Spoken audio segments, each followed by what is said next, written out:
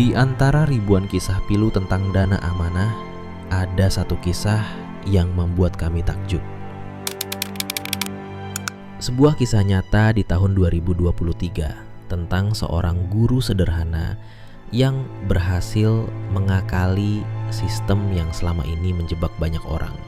Namanya Budi Harjo Utomo, seorang guru di Purwokerto yang dengan kesabaran dan kecerdasannya berhasil mengakali skema dana amanah dan menyelamatkan 17 juta rupiah.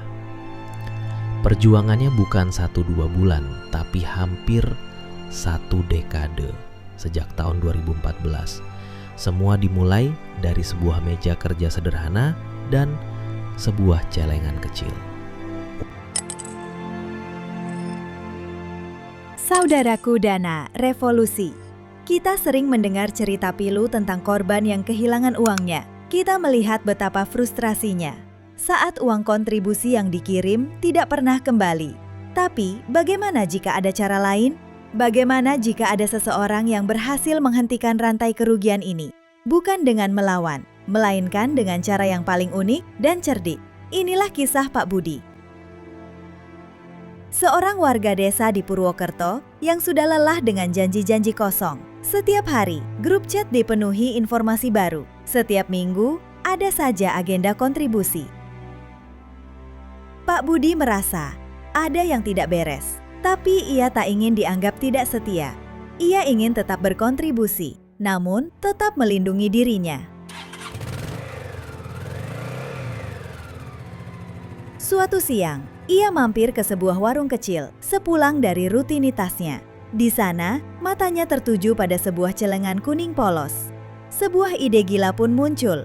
Ia membeli celengan itu, membawanya pulang, dan menjadikannya brankas pribadi. Hari-hari berikutnya, permintaan kontribusi terus berdatangan. Biaya 1 slot O2 wajib, biaya clearing dan administrasi final, biaya ritual penarikan dana transfer sekarang. Sementara anggota lain mengeluh, Budi justru terlihat bersemangat.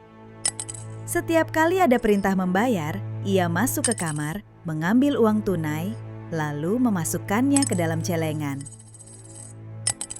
Ketika ada yang bertanya Pak Budi sudah bayar, ia hanya tersenyum sambil berkata dalam hati, sudah saya bayar ke celengan ini. Aneh? Mungkin, tapi itulah cara dia menjaga kewajibannya tanpa jatuh ke lubang kerugian. Kadang istrinya hanya tersenyum geli. Bapak ini seperti anak kecil main celengan. Tapi Budi hanya tersenyum balik karena ia tahu setiap bunyi kling koin dan gesekan uang kertas adalah tanda kebebasan kecil yang hanya ia pahami.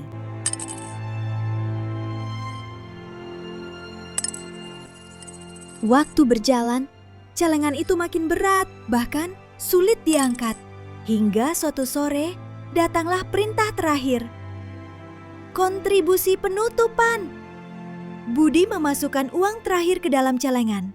Celengan itu penuh sesak. Dengan tenang, ia mengambil palu kecil. Brak! Celengan pecah. Uang berhamburan ke lantai. Detak jantungnya berpacu. Satu demi satu, ia hitung lembar demi lembar, koin demi koin, hingga akhirnya totalnya muncul 17.500.000. 17.500.000 rupiah. Bukan janji kosong, bukan ilusi. Inilah kenyataan. Kisah Pak Budi bukan hanya tentang celengan. Ini tentang keberanian untuk mengakali ilusi. Ketika orang lain hanya mendapat janji, ia justru mendapat kepastian.